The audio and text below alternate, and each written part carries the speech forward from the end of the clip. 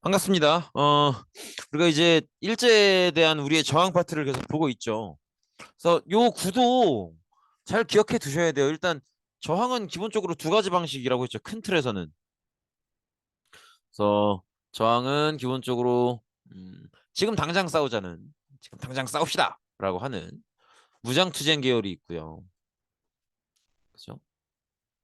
그다음에 실력을 기르자라고 하는 게 있다고 했었죠. 그다음에 시기별로는 10년대, 20년대, 3, 40년대가 있을 거고요. 그죠? 그래서 당장 싸우자는 운동은 10년대에는 이제 여기 만주, 연해주 이런데 기지를 만드는 뭐 경학사, 경학사에서 만들었던 신흥무관학교 이런 것들이 여기에 들어가고 그다음에 20년대에는 성과를 낸다고 했었고요. 그다음에 3, 40년대는 본격적으로 전쟁에 들어간다는 얘기를 했었죠. 어, 그다음에 실력은 이게 여기서부터가 중요한데 음, 실력은 두 가지를 얘기한다고 했었죠. 교육과 산업. 머리에 든 게 있어야 되고 지갑이 빵빵해야 된다. 이런 얘기를 했었죠. 근데 이제 교육을 하려면 뭐를 세워야 돼요? 학교를 세워야 된단 말이야. 산업을 일으키려면 기업을 세워야겠죠. 근데 사실은 이게 둘 다 사실은 일제 총독부의 허락 없이는 힘든 활동들이잖아요. 그러다 보니까 일제가 뭔가 좀 분위기가 부드러울 때만 가능하다는 거지. 일제가 우리를 통치하는 분위기가 빡셀 때는 실력 양성 운동, 학교를 세우고 기업을 세우고 이런 활동들이 쉽지 않을 수밖에 없어요. 그렇게 생각해 보면 어, 학교를 세우고 기업을 세우고 이런 것들을 총독부가 허락해 줄 정도로 분위기가 부드러운 시대. 여기밖에 없다는 거지. 나머지는 안 된다는 거예요. 그렇기 때문에 실력 양성 운동이라고 하면 언제밖에 안 된다? 1920년대밖에 안 되는 거예요. 이해되시겠죠? 그래서 아예 식민지 이전이거나 아니면 이렇게 1920년대밖에 안 되는 운동이다. 그거를 꼭 생각을 해 주셔야 돼요. 이렇게 봐주시면 되겠고. 그다음에 우리가 아까 얘기했던 것처럼 실력 양성하면 결국 뭐랑 뭐라 그랬어요? 교육과 산업이었잖아요. 그러면 요때 하는 운동들은 다 교육을 위한 운동이거나 산업을 위한 운동이라는 거죠. 기본적인 배경은 아까 얘기했던 것처럼 1920년대 문화 통치가 시작된다는 게 이 운동의 배경이고요. 그래서 3.1운동이 있은 뒤에 일부 민족주의자들이 민족의 실력을 길러서 독립을 해야 된다 이런 주장을 했다라는 거죠. 어쨌든 중요한 건 실력 양성 운동이 가능하려면 몇 년대밖에 안 된다? 1920년대밖에 안 된다는 거 꼭 기억을 해 주시고요. 그래서 이제 교육 아니면 산업인데 딱 보셔도 느낌이 오시죠. 물산장려 운동하면 교육 파트겠어, 산업 파트겠어. 산업 파트라는 거죠. 그래서 우리가 장려라고 하면 뭔가 응원해주고 지지해주고 지원해주고 뭐 그런 거 아니겠습니까? 여기서 말하는 물산은 물건을 생산한다 이런 얘기죠. 그러니까 물건의 생산을 응원해주고 지지해주고 지원해주겠다 이런 얘기예요. 그럼 이 물건의 생산은 누가 하겠어? 요건 기업이 할 거 아닙니까? 근데 기업은 언제 물건을 그러니까 지금 물산 장려 운동이라는 건 물건의 생산을 응원한다. 즉 물건을 많이 만들란 얘기죠. 근데 그 물건을 만드는 건 기업이란 말이야. 그럼 기업은 언제 물건을 많이 만드냐고. 그렇죠. 물건이 잘 팔릴 때죠. 그러니까 물산 장려 운동은 뭐예요? 기업이 물건을 많이 잘 만들 수 있게 웬만하면 물건을 많이 사주자는 거죠. 근데 여기서 말하는 기업은 우리나라, 즉 조선인들이 운영하는 기업을 얘기하는 거죠. 그래서 조선인들이 운영하는 기업이 만드는 물건들을 많이 사주자라는 거죠. 쉽게 얘기하면 국산품 애용 운동을 얘기하는 거예요. 그래서 평양에서 시작이 됐고요. 그래서 그러면 뒤에 나오는 소비자락 운동이 조금 이해가 안 가실 수 있는데 이게 무슨 얘기냐면 외국 사치품 제품을 사지 말라는 거예요. 그래서 이제 웬만하면 아끼고 뭔가를 사야 되면 가급적이면 국산용품. 그래서 우리 조선인들이 만든 물건들을 웬만하면 사자. 이렇게 얘기하는 게 이제 물산장려 운동이죠. 그렇게 보시면 되겠고. 그리고 여기서 같이 생각을 해 주셔야 되는 게 기업들이 많이 있어야 이 운동도 가능한 거잖아요. 근데 1910년대는 회사령이 허가제였었죠. 그러니까 1920년대여서 회사령이 신고제니까 조선인들도 기업 활동하기가 쉽죠. 그러니까 물산장려 운동이 가능한 거예요. 같이 묶어서 생각을 해주셔야 돼. 회사령이 허가제라면 물산장려 운동이 거의 안 되겠죠. 회사령이 신고제고 조선인들도 기업이나 업체를 세우기에 이렇게 좀 쉬워졌기 때문에 것처럼 물산 장려 운동도 가능해지는 거다라는 것도 같이 생각을 해주셔야 된다는 거죠. 그래서 이렇게 민족 산업을 발전시켜서 경제적으로 자립하겠다 이런 것들이 물산 장려 운동의 목표다 이렇게 보시면 되겠죠. 그래서 이렇게 물산 장려 운동에 해당하는 광고도 나오고 있죠. 밤마다 들어가니까 무슨 자스가리 우었던 망가리 뭐 이러고 있는데 그게 아니고 우리가 만든 것 우리가 쓰자 이렇게 광고를 해놓고 있는 거죠. 이렇게 읽으셔야죠. 이렇게 우리가 만든 것 우리가 쓰자. 그래서 우리 손으로 만든 광목이라고 하면 이제 넓은 천을 얘기해요.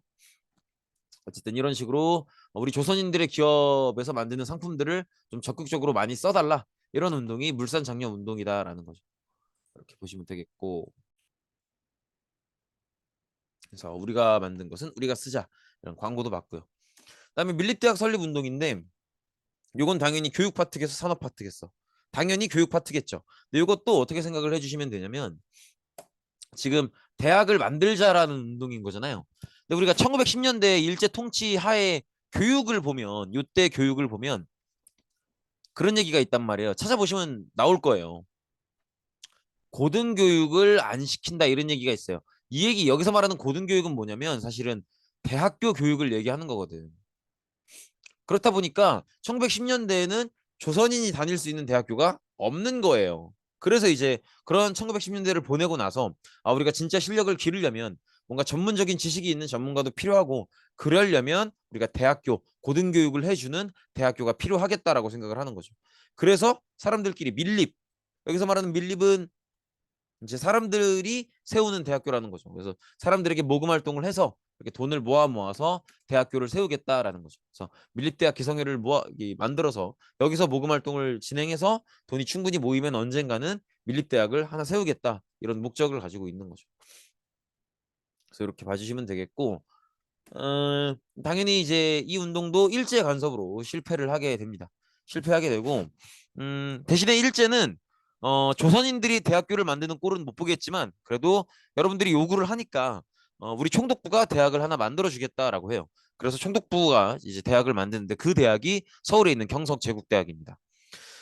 그리고 이 경성제국대학을 만드는 이유는 사실은 이제 표면적으로는 많은 조선인들이 대학교가 세워지기를 원하고 있으니까 그것 때문에 만드는 건데 실제로는 사실은 지금 1920년대니까 일제 식민지 시기가 된 지도 10년이 넘게 지났죠. 그러니까 이제 많은 일본인들이 이제 조선 안으로 들어온 지도 시간이 많이 흘렀단 말이에요. 그래서 그 자제들이 이제 10대 후반, 20대 초반 이렇게 된 거죠. 그래서 사실은 일본인 자식들이 다니라고 만드는 대학교인 거지. 근데 이제 설명을 할 때 이제 여러분들 조선인들이 워낙 대학교를 원하니까 우리 총국부가 지어주겠다 이런 식으로 설명을 하는 거죠. 실제로는 일본인 이제 자식들을 다니게 할 거면서.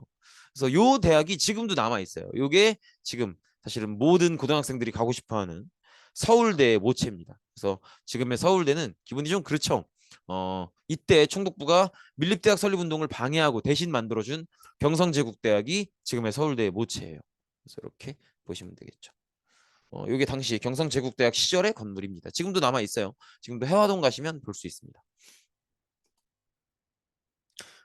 이렇게 밀립대학 설립운동을 하면서 수준 높은 전문 교육도 강조가 되지만 또 한편에서는 지금 그런 것도 물론 중요하지만 기초교육이 중요하다 이런 얘기도 나와요. 왜냐하면 당시에는 문맹률이 굉장히 높았거든요.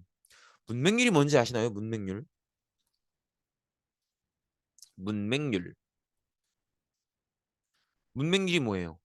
글자를 아예 읽을 줄 모르는 사람의 비율이 문맹률이죠. 지금은 문맹률이 극도로 낮죠. 극도로 낮은데, 네, 저 시기만 하더라도 문맹률이 굉장히 높았어요. 왜냐면 학교를 다녀본 적이 없는 사람들이 너무 많거든. 1910년대에도 학교가 없었던 건 아니지만 주로 일본인들이 다녔고요. 그리고 또 학교가 있어도 거의 도시에 있단 말이에요. 그러니까 지방엔 잘 없으니까.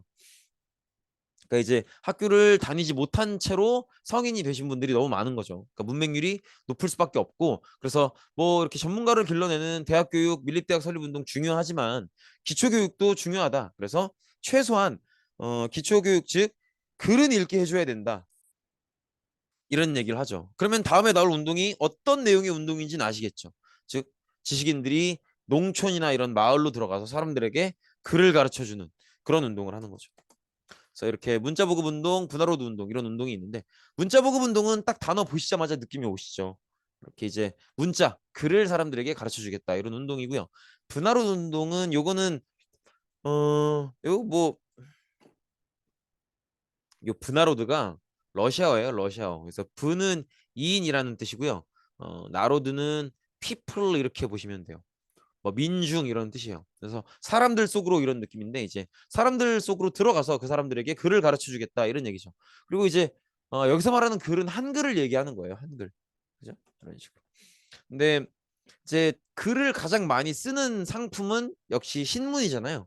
그러니까 이제 신문을 만드는 업체들, 조선일보, 동아일보 이런 업체들이 이제 나서서 문자 보급 운동, 계몽 운동 이런 것들을 하는 거죠. 그리고 지금 조선일보, 동아일보는 지금도 있는 신문사들이잖아요. 근데 이 신문사들이 이때 이제 나온 건데 이 신문사 이름만 보고도 여러분들은 사실은 어느 정도는 시기가 추측이 돼야 돼요. 왜냐하면 조선인들이 스스로 신문을 만드는 걸 허락해준 시기가 1920년대밖에 없어요. 기억나실 거예요. 1910년대에는 언론, 집회, 출판, 결사 이런 표현의 자유를 억압하겠답시고 신문을 못 만들게 했었죠. 그다음에 나중에 보시면 우리 배웠던 거 기억나시겠지만 1930, 40년대가 되면 또 한글을 쓰지 못하게 하겠다는 명분으로 역시 또 신문을 폐간시켰었죠. 기억나시죠? 그렇게 보면 조선인들이 만든 신문 회사가 적극적으로 운영될 수 있는 시기가 1920년대밖에 없는 거예요. 그러니까 1920년대에 동아일보, 조선일보 이런 지금도 있는 신문사들이 이때 만들어진다는 걸 기억은 해둘 필요가 있죠. 그래서 이 신문사들을 주도로 해서 이제 일반 농민들에게 글을 가르쳐 주겠다라고 하는 문자 보급 운동 이런 것들이 전개가 됐었다라는 거 기억해 주시면 되겠죠. 그리고 이 운동은 점차 민족 운동으로 발전을 하게 됩니다. 그래서 나중에는 일제가 전면적으로 금지하는 그런 모습도 볼 수 있죠. 그리고 또 이런저런 다양한 사회 운동이 벌어지는데 그중에 요건 좀 볼만해요. 우리 음, 작년에 배웠던 게 기억나실지 모르겠는데 세계사적으로 1917년이 되면요. 러시아에서 굉장히 중요한 일이 벌어집니다. 바로 기존의 러시아가 사회주의 국가가 되는 소비에트 혁명이죠. 그래서 1917년에 러시아에서 사회주의 혁명이 성공을 하죠. 그래서 러시아가 아니라 소비에트 연방, 소련이 되죠. 소련이 되고 그리고 이렇게 사회주의 혁명이 러시아에서 성공을 거두면서 사회주의 자체가 특히나 아시아 지역으로 굉장히 많이 이제 확산이 되게 됩니다. 그래서 우리나라 사람들 중에서도 사회주의를 받아들이는 그런 사람들이 많아진 거죠. 근데 사회주의는 기억나실지 모르겠는데 사회주의 이론을 만든 사람은 누구예요? 칼 마르크스였죠. 칼 마르크스. 칼 마르크스는 처음부터 사회주의 이론을 만들었다기보다는 기존의 자본주의를 비판하면서 자본주의의 문제점을 지적했었죠. 그 내용이 담긴 책이 자본론이라는 책이었어요. 다스캐피탈. 이 책의 내용을 보면 자본주의의 운명이자 가장 큰 문제점, 빈부격차를 가장 핵심적인 문제점으로 지적을 하면서 이 빈부격차의 문제를 해결해야 된다 이런 얘기를 하고 있죠. 그래서 빈부격차를 비판하고 빈부격차를 해결해야 된다 이런 얘기를 사회주의가 하니까 사회주의는 주로 누가 좋아하겠어요? 일단은 사회주의를 이해하고 있는 지식인들, 그 다음에는 부자들, 가난한 사람들 둘 중에 누가 좋아하겠어? 가난한 사람들이 주로 사회주의를 좋아한다는 거죠. 그래서 일을 해도 가난한 사람들, 노동자들이나 농민들 이들에게 사회주의가 퍼져나가기 시작하고요. 그래서 이 사회주의 영향을 받으면서 각각 노동자들이 노동자 단체, 농민들은 농민 단체 이런 것들을 만들어서 본인의 요구 사항들을 요구하는 그런 모습들을 볼 수 있죠. 그래서 농민들은 주로 이제 조선인들은 토지 조사 사업 뒤로 거의 땅을 다 뺏겼기 때문에 이제 소작인들이 많죠. 그래서 이 소작인들이 소작쟁이를 일으키는 쟁의는 이제 저항하는 걸 얘기해요. 그래서 소작료 인하 이런 것들을 요구하는데 소작료는 이제 땅을 빌려서 농사 짓는 사람이 소작농이잖아요. 그럼 그 소작농이 농사를 지어요. 그러면 예를 들어서 한 10가마를 생산을 했다. 그러면 그중에 5가마는 땅의 주인인 지주한테 땅을 빌린 값으로 준단 말이에요. 그게 소작료예요. 근데 이게 이제 너무 비싸니까 낮춰달라고 요구를 하는 그런 운동을 했던 거죠. 노동자들은 뭘 요구할지 뻔히 보이죠. 월급 늘려달라. 일하는 시간을 줄여달라. 이런 얘기를 했겠죠. 어쨌든 이런 식으로 노동쟁이 이런 것들도 벌어진다는 거죠. 그렇게 보시면 되겠고 농민들의 소작쟁이가 조금 가장 규모가 크게 유명하게 벌어졌던 건 전라남도 신안 앞바다에 있는 암테도라는 섬에서 이제 소작쟁이가 벌어졌던 게 규모가 제일 컸고요. 그다음에 노동자들은 이제 노동자들의 노동운동은 가장 좀 규모가 크고 유명했던 게 강원도 원산에서 있었던 총파업이었습니다. 지도를 통해서 보시면 요래요. 어쨌든 이렇게 각각 뭐 농민운동, 노동운동 이런 운동들이 있었고요. 그다음에 요거 말고도 되게 다양한 사회운동들이 벌어지게 됩니다. 어쨌든 이 농민운동, 노동운동은 다 사실 처음에는 생존권 투쟁으로 시작을 하죠. 우리 지금 너무 힘들다. 농민들은 우리 지금 소작류 때문에 치워 죽는다. 죽을 것 같다. 이런 얘기를 하는 거고 노동운동자들은 이제 우리 지금 월급이 너무 적다. 일하는 시간은 너무 긴데 월급이 너무 적다. 죽을 것 같다. 이런 얘기를 하는 거죠. 그래서 처음에는 이렇게 본인들의 일하는 조건을 이제 좀 고쳐달라는 요구를 하는 생존권 투쟁이었었는데 어, 이제 이게 점점점 시간이 흐르면 일제에 저항하는 독립운동으로 갈 수밖에 없어요. 왜냐면 농민운동은 주로 싸우는 대상이 누구겠어요? 땅의 주인인 지주란 말이야. 근데 지주가 보통은 일본인이거든. 여기도 마찬가지요. 노동운동도 사장님을 상대로 싸우는 거잖아요. 근데 사장님이 보통은 일본인이거든. 그러다 보니까 노동운동이든 농민운동이든 싸우다 보면 일본인을 상대로 싸우고 있게 되고 결국 독립운동의 성격을 띠게 된다는 거죠. 그 정도 받으시면 되겠습니다. 그다음에 이런 뭐 노동운동, 농민운동 이런 거 말고도 이런저런 사회운동들이 있었습니다. 이런 식으로. 그래서 여성운동은 뭐 보시다시피 여성 차별을 반대한다 이런 운동이고 형평운동은 조금 받을 만한 게 형평운동은 이제 나와 있다시피 백정들이 평등한 대우를 요구하는 운동이라고 돼 있잖아요. 근데 이게 말이 좀 웃긴 게 백정들이 평등한 대우를 요구한다는 건 그동안 차별을 받았다는 거죠. 근데 백정들이 차별을 받으면 신분제 차별이란 말이야. 근데 신분제는 이미 없어졌잖아요. 동학농민운동 때 요구했다가 그게 반영이 돼서 가부개혁 1차 가부개혁 때 없어지죠. 근데 왜 이런 요구를 하는 거야? 이미 차별이 없어졌는데. 이제 그런 거예요. 제도적으로는 차별이 없어졌는데 사람들의 어떤 문화나 분위기 속에는 남아 있는 거죠. 그래서 사실은 형평운동이 어디서 시작되냐면 학교에서 시작이 돼요. 그래서 학교에서 이제 과거에 신분제가 있던 시절의 가문으로 따져봤을 때 평민 출신의 가문에 해당하는 사람들 그들 중에서 그 학부모들이 학교에 자꾸 민원을 넣는 거야. 듣기로는 우리 반에 옛날 천민 출신 가문의 아이가 같이 다닌다고 하는데 나는 우리 아이 천민 출신 아이랑 같은 교실 쓰는 꼴 못 본다. 그러니까 뭐 반을 옮겨주든지 해달라. 이런 요구를 하는 민원들이 너무 많이 들어오는 거예요. 근데 이게 이제 백정 출신 가문의 부모들이 보기에는 가슴이 미어지는 일이죠. 지금 내 아이가 이런 꼴을 당하고 있고 신분제는 없어졌는데. 그래서 여기에 대한 불만이 폭발하면서 이제 형평운동이 시작되는 거예요. 어쨌든 그렇고요. 그 다음에 방정환은 뭐 소년운동이라고 하죠. 아마 이름 들어보셨을 거예요. 그죠? 그래서 지금의 어린이날의 유래가 되는 어떤 소년운동을 전개했었고요. 그다음에 천도교에 속한다 이런 얘기가 나오는데 천도교는 조금 생소하실 수도 있는데요. 과거에 우리 동학농민운동 기억나시죠? 그 동학이 종교 조직이었잖아요, 원래는. 어, 그래서 이 천도교는 동학이 이름을 바꾼 게 천도교입니다. 이렇게 보시면 되겠고 이분이 소파 방정환 선생님이세요. 어쨌든 1920년대에는 사회주의가 막 들어오면서 민족운동 전체가 민족주의계, 사회주의계 이렇게 나뉘게 돼요. 조금 달라요. 조금이 아니라 많이 다르지. 민족주의계는 목적이 민족이 있어요. 우리 민족이 일본의 지배를 벗어나서 우리 민족의 주권을 갖는 그런 국가를, 우리 민족을 위한 국가를 세워야 된다라는 게 목적인 게 민족주의 계열이면 사회주의 계열은 민족에는 사실 별 관심이 없고 어떻게 해서든 노동자들이 생산수단을 빼앗아 와서 독재하는 그래서 빈부격차가 없는 그런 사회를 만들어야 된다라는 게 사회주의 계열의 어떤 목적 의식이죠. 그러니까 민족을 생각하느냐 마느냐에 따라서 다른 거예요.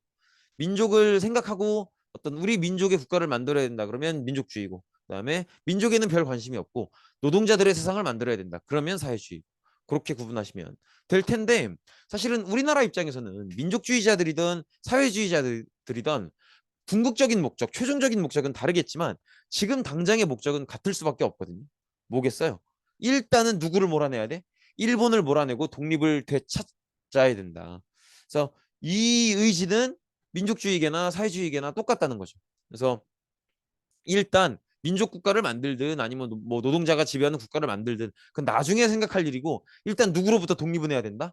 일본으로부터 독립은 해야 된다. 여기에 대한 어떤 공통 인식은 갖고 있는 거죠. 그래서 민족주의 계열이나 사회주의 계열 운동가들이 어차피 일단 가장 급한 목적은 독립을 하는 거고 그거에 대해선 우리 민족주의계와 사회주의계 모두가 찬성하고 있으니까 한번 같이 움직여보는 거 어떻냐 이런 얘기가 나오게 됩니다. 그래서 민족주의계와 사회주의계가 같이 움직이기 위해서 노력을 했던 게 바로 저 60만세 운동이었어요. 왜냐면 우리가 이제 다 같이 한다고 하면 독립운동 중에서는 3.1운동을 떠올리게 되잖아요. 그러니까 이제 3.1운동의 시즌2를 한번 시작을 해보고 싶은 거예요. 그래서 기억하시겠지만 3.1운동도 고종의 장례식 날 진행이 되죠. 근데 마침 또 조선의 마지막 왕이었던 이 순종께서 돌아가시면서 순종의 국장일에 맞춰서 시위를 전개하자 이런 계획을 세우게 됩니다. 그게 바로 60만세 운동이에요. 근데 이 계획을 세울 때 민족주의 계열과 사회주의 계열이 힘을 합쳐서 같이 세웠다라는 거죠. 근데 이런 식으로 이제 60만세 운동을 진행을 하는 거죠. 어, 그래서 민족주의 세력과 사회주의 세력이 함께 이제 이 운동을 해 나갔는데 이렇게 민족주의계, 사회주의계가 힘을 합치려고 보니까 같이 힘을 합치기 어려운 굉장히 좀 꼴배기 싫은 그런 사람들이 나타나요. 그 사람들이 바로 자치론자들이에요. 자치론은 이따가도 보겠지만 어, 자치론은 자치를 해야 된다라는 주장이겠죠. 그래서 요 자치가 스스로 자자에 다스릴 치자예요. 그래서 자치론이라고 하는 건 우리가 이따 뒤에서도 설명이 나오겠지만 우리가 일본의 식민지 상태임을 인정하고 대신에 우리의 정치는 우리가 할 수 있도록 자치권을 일본에게 요구해서 받아내자라는 게 자치론자들이에요. 그러니까 이 경우에는 적당히 자치권을 얻는 걸로 마무리하고 끝까지 투쟁해서 완전한 독립을 얻어내는 건 반대하는 거죠. 그러니까 이런 자치론자들의 모습은 목숨 걸고 독립운동 하시는 분들한테는 굉장히 불편한 모습이죠. 그러다 보니까 민족주의 세력도 그렇고 사회주의 세력도 그렇고 우리가 자치론자 애들하고는 같이 못 다니겠다 이런 생각을 하게 돼요. 그래서 민족주의 세력과 사회주의 세력이 힘을 합치는데 누구만 빼고 자치론자들은 빼고 모이겠다 이런 결론을 얻게 됩니다. 그래서 민족주의자와 사회주의자들이 힘을 합치는데 어, 자치론은 빼고 힘을 합치겠다라고 해서 민족 유일당 운동을 전개하게 되고 그 결과로 자치론자들만 빼고 다 같이 모여서 만든 단체가 바로 신간회입니다. 그래서 신간회가 이렇게 창립이 되죠. 이런 식으로 신간회가 창립이 되고요. 신간회의 가장 두드러진 활동은 이따 뒤에서 볼 거고 이건 한번 읽어보시면 되겠죠. 자치론이라고 하는 건 스스로 통치한다라는 의미로서 여기서는 조선이 일본의 식민지임을 인정하고 일본 정부에게서 자치의 권리를 얻어내자 이런 의미를 갖고 있는 건데 이제 진심 어린 독립운동을 하셨던 분들에게는 굉장히 미움을 살 수밖에 없었다. 이런 분들을 봤고요.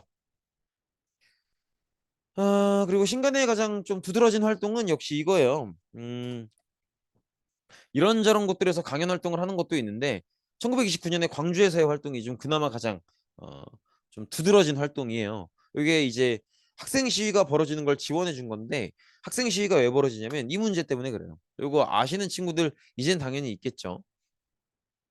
음,